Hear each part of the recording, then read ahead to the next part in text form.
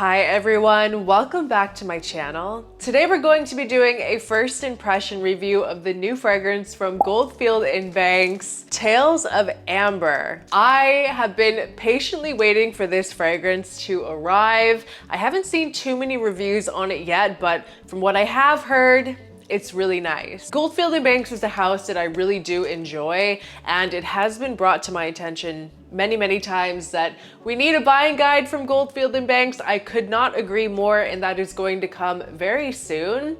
Also, side note, I'm sorry if I sound a little congested, a little sick. It's because I am, but I just could not wait to film this video. So we're gonna go ahead and do an unboxing, and we're gonna see what this one is all about. So this is an extrait de parfum that is part of their botanical collection. And supposedly this really centers around a very rare note of ambergris. But like all fragrances in the Goldfield & Banks collection, everything is created through an Australian perspective. Most of the ingredients that they use, especially their sandalwood, their woods, are sourced from Australia. So that leads me to believe that this is going to be unique and maybe different than any other ambergris scent that I've ever tried. So we're gonna open it up. So this is what the packaging looks like. It has this outer sleeve with a shiny finish. We have the classic box on the inside. I think this is new packaging. It's very luxe. Wow, yeah, this bottle is beautiful. It's presented in this beautiful teal color. I mean, wow, just look at that. This might be the most beautiful bottle. Like this color, there's just something so royal about it. But it does also instantly make me think of the ocean. So the notes in Tales of Amber are going to be orange blossom, moss, cinnamon, orris, musk, labdanum with oud, that ambergris and labdanum. And I just wanted to let you guys know that this fragrance is going to be exclusively available at Lucky Scent. So I will make sure to leave their website linked in the description down below if you'd like to buy it or try it. Let's go ahead and give it a spray. I'm so excited for this.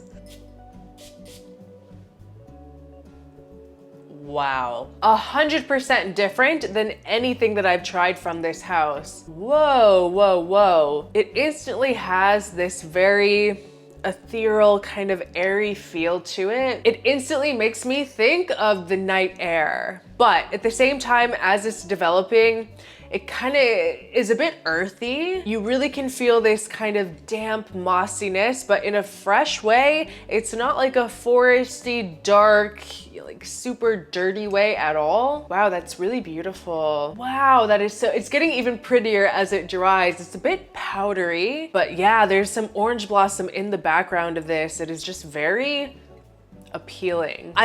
It doesn't jump out at you like a super floral orange blossom scent, but you can really feel it behind these other notes, these like earthier notes, that is just giving it something very appealing. Wow, this has a power to it. Like it's gonna pull you in to keep smelling it. I want to spray it on my skin now. I didn't wear any perfume in anticipation of this being delivered today.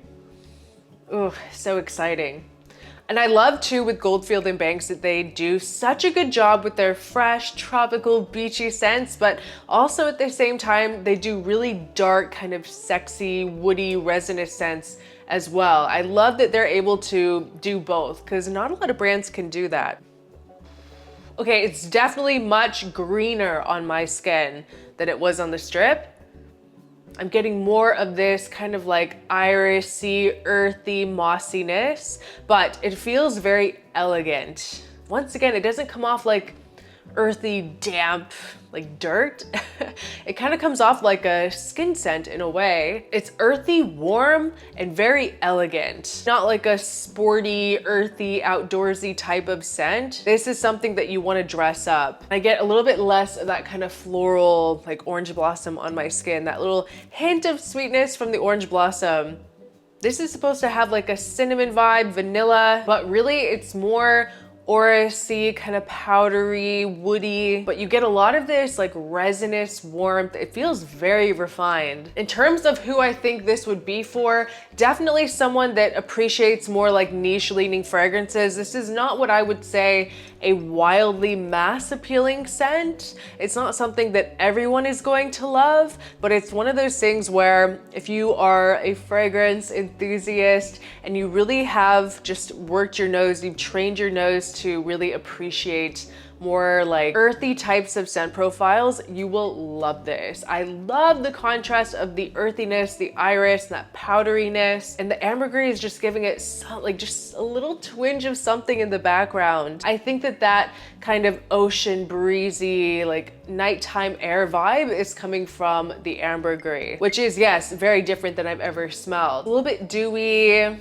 just very classy. It's drawing very linear on my skin. It's not really changing so much. I would say that this is a perfectly unisex fragrance, maybe leaning just a little bit masculine. I could see a lot more men wanting to wear something like this than women, but it just is very classy smelling. It's undeniable. This is like a very elevated, signature worthy type of scent, but you could also really dress it up for a big occasion. And I would even say that this is one that you could wear in the office and just so unique. Like there's no one else in the office or wherever you're going that's going to be wearing a scent profile like this. It definitely stands out on its own. It just feels very modern and cool. I really love that they could create a very earthy, like different take on these notes that doesn't feel vintage. You know what I mean? It's floral, it's powdery, it's earthy, but it's not stuffy, it's not pissy, it's not old man-like, doesn't smell like an old dusty couch. It's very relevant, very new age. There definitely is some sort of like spice in the background.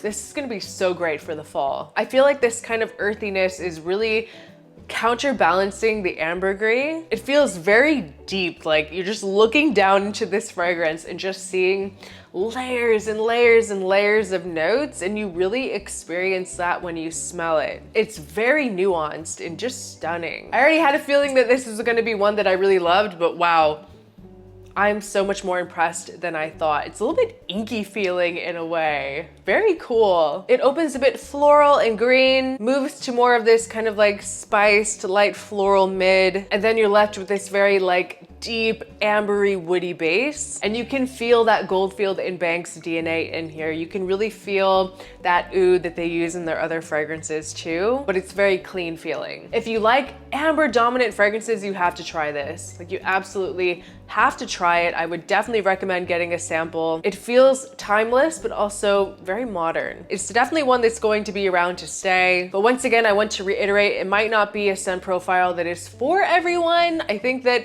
it's going to be for a very particular person. You have to have a very elegant and sophisticated presence to like really rock this. I think that it comes off very alluring. It definitely has this power to draw you in, like you don't want to stop smelling it. It's absolutely beautiful. Very unique too.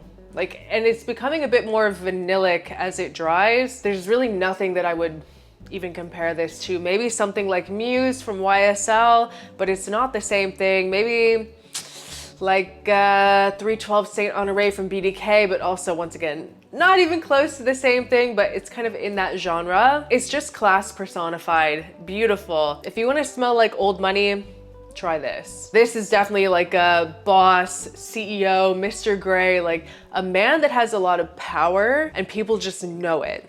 It's really cool. I'm excited to keep testing this one out, but based off of the first impression, I mean, I would give it a solid 8.5 out of 10. Completely original. The quality is impeccable, as in all Goldfield and Banks fragrances. I think that people don't give them enough credit with the quality of oils that they use. I think it fits perfectly in their lineup. They don't really have anything else quite like this. I think it's great for the season coming into fall, and it's versatile. It's a bit, I want to say challenging of a scent profile, but it's not something that everyone will love for the 100th time, but it is versatile. It is something you could wear every day, multiple different occasions, and it will fit in. So yeah, for that reason, solid 8.5 out of 10. I'm gonna keep testing this to get the longevity, the projection, the sillage, see if I get any attention or compliments when I wear it. And I will get back to you guys very soon with a buying guide, and I will give you my updated thoughts there. But yeah, guys, that was just my first impression review of the new fragrance from Goldfield and Banks. Don't mind my fingerprints. Tales of Amber. I hope you guys enjoyed this video. Remember, this is going to be a Lucky Scent exclusive, and I will leave the direct link in the description down below. But thank you guys so much for watching, and I will see you next time. Bye.